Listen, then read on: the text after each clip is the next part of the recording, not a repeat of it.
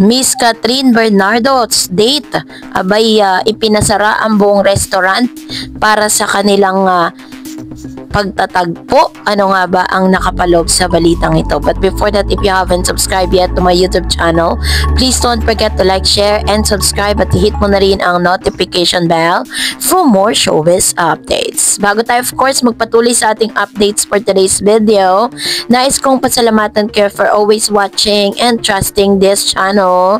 Thank you so much sa inyong panonood at palagi ang panonood sa ating pong mga updates. Maraming salamat po. Panoorin natin ang video clip na ito. May mga sources ka ba? Ay, meron lang may nakapag-chika na nung minsan daw na nag-dine out sila sila Catherine tsaka si Mayo. Adi, ang dami nakakita sa kanila. Ay, ayun na nga. Pinasara daw yung buong restaurant. Pinasara.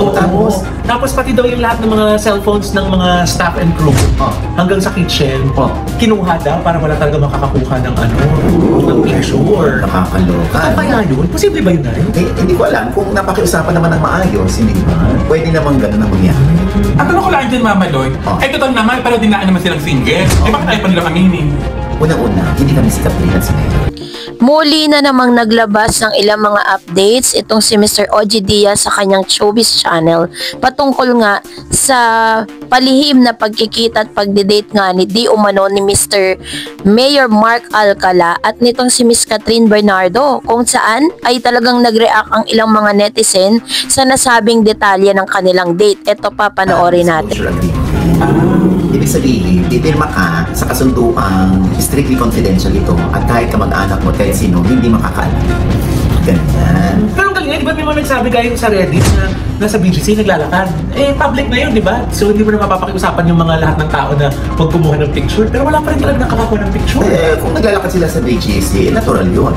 Ngayon, sinabi pa dito ni Mr. OG Diaz sa kanyang showbiz channel na nagkaroon nga po or sinabi ng kasource niya sa kanya na meron pong chance na nag-date itong si Mayor Mark Alcala at si Miss Catherine Bernardo at sinasabi na parang pinasara ang buong restaurant. So dahil dito, ito po ay tumamasa ng iba't ibang reaction sa netizen. Sabi po ng isang netizen, 208 to shut down the restaurant, confiscate the staff phone while they were dining. Mayor pa lang ganun naka-power trip, daig pa si Prince William and Princess Catherine.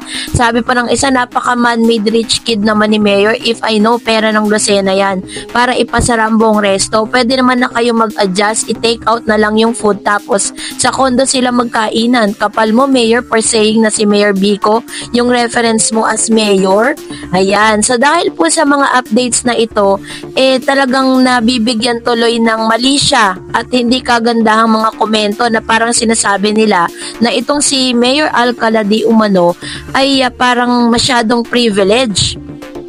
Pero kung pagbabasihan naman natin, maaaring binayaran niya yung buong restaurant, at hindi naman po imposible yon dahil si Catherine Bernardo po ay mayaman. Ganon din naman si Mayor Alcala, maaaring may mga businesses siya. Kaya po ganon siya kamapera. So dahil dito parang nahuhusgahan tuloy yung pagiging mayor nitong si Mayor Alcala dahil sa mga balitang inilalabas ni Mr. OG Diaz na biruin po ninyo ipapasara mo yung buong restaurant para lang po magkaroon kayo ng private date at wala pong makuwang information at confiscate niya pa yung mga phone ng lahat ng mga staff and crew ng nasabing restaurant. And according to Mr. OG Diaz, ginagawa lang po ito dahil meron daw silang tinatawag na NDD na ang ibig sabihin ay non-disclosure, na parang hindi nila pwedeng ipakita or hindi sila pwedeng magpakita ng mga resibo at mga pictures and videos. Kumbaga hindi nila pwedeng hayagan na parang ipakita sa publiko na sila po ay magkasama, magkarelasyon, magka-date, or whatever the situation or the level ng kanilang relationship. Kaya naman, marami po mga netizen ang nasasabing 2OA at napaka-privilege nga ni Mayor at nitong si Catherine. Sinasabi pa ni Mr. OG Diaz na kasama daw di umano ni Catherine ang pamilya ni Mayor Mark Alcala sa mga ganitong klase po ng kanilang date, So, ibig sabihin po talagang meron daw di umanong parang basbas ng pamilya ni Miss Catherine or ni Mayor. Paano po yung pamilya ni Catherine? May basbas kaya nitong si Mami Min? Kasi sa mga kwento kasi ni Mr. OG Diaz, parang lagi niyang sinasabi, si Miss Catherine Bernardo ay kadate at kasama ng pamilya ni Mayor Mark. Pero never niyang sinabi ng source niya na nakasama na ni Mayor Mark itong si Mama Min, ano? At pagkatapos lumabas sa mga balitang ito, never na pong lumabas si Mama Min sa publiko para po magsalita patungkol sa mga isyong ito.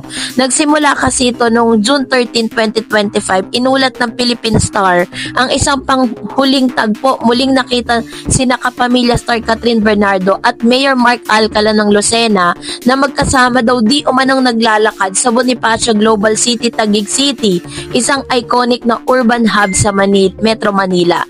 Ayon sa tala, ang kanilang paglabas ay nangyari bandang umaga ng June 6, particular sa High Street at may karatig na daan, isang bahagi ng BGC kung saan kapwa matatagpuan ng mga trendy na restaurant, cafe at retail spaces. Kung mapapansin po ninyo, base po sa sinulat po na philippinesstar.com na meron ganito silang ganap. Tapos, syempre marami pong makakita sa kanila kahit po mag-disguise, magpalit sila magpagtago sila, diba? Kahit ano pong pagtatago gawin nila, makikilala yan si Miss Catherine Bernardo. Ilan ba ang followers niyan sa IG niya? Napakarami, napaka-imposibleng hindi siya makilala. Kaya ito yung sinasabi na parang naglalakad sila tapos walang mga resibo. So, nung June 6, 2025 yon, tapos hindi nakuna ng letrato maging video ang kanilang paglabas. Ayon sa post mula sa isang tagapagmasid sa Reddit, nakasakay umano sina Catherine at Mayor Alcala sa isang van matapos silang makitang naglalakad. So, walang nakuwang larawan o video, agad silang umatras at sumakay sa van.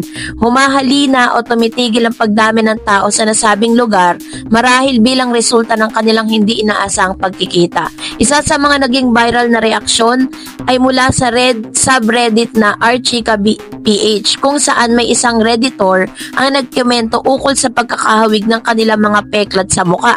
Catherine Bernardo at Mark Alcala look alike. They have the same facial scar, especially when they smile. Sabi niya, nag-viral ang balita, lumipas ng walang coverage sa mainstream media, ngunit mabilis itong kumalat sa online communities, lalo na sa chika at showbiz niches. Marami hanggang magtanong may possibility kaya na may special na relasyon or tie-in ang dalawa, bagamat hinggil sa graph ng public image ni Catherine na advanced actress, iba ang tiwala ng publiko na isang mayor politiko mula sa Lucena. Ayon po sa Philippine Star, binigyan diin ang paglabas mula sa nakaraang chismis, isang reportedly spotted together anew. Klarong nilinaw itong naulit. Tanda ito ng ilang meeting sa publiko, marahil ay hindi simpleng pagkikita lang.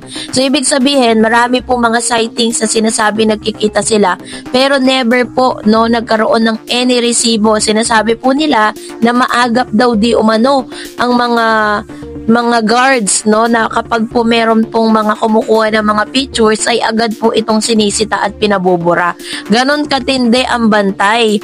And ang opinion ko patungkol dito, maaaring kung totoo man ito, kung meron man silang NDD or non-disclosure na na kanilang parang na contract, So, baka po totoo talaga na meron nga talagang upcoming movie si Miss Catherine Bernardo at Daniel Padilla at pinangangalagaan po nila yung image ni Catherine kasi kapag po sila po ay umamin na pagkatapos ng movie or dito po bago po lumabas ang movie, maaari magkakaroon ng magkakaroon ng parang yung mga Katniel fans na umaasa sa comeback po nila, mananabang kasi syempre alam nilang talagang meron na ngang jowa itong si Catherine. Ganun pa naman po ang ngayon, uso ngayon, may tinatawag tayong cancel culture. Maaaring makancel po yan, yung kanyang movie, baka hindi po panoorin. Yun ang iniingatan ni Catherine. Ganyan ang game ngayon ng mga artista. Pinapangalagaan po nila. Marami na tayong mga nakitang ganyang strategy para lang po talagang hindi nila maranasan yung tinatawag na cancel culture. Kaya kayo po, ano yung saloobin patungkol dito, comment down below. And that's it for today. For more videos and updates, please don't forget to like and subscribe. And please don't forget to follow my Facebook page, Dar Edge TV. God bless everyone.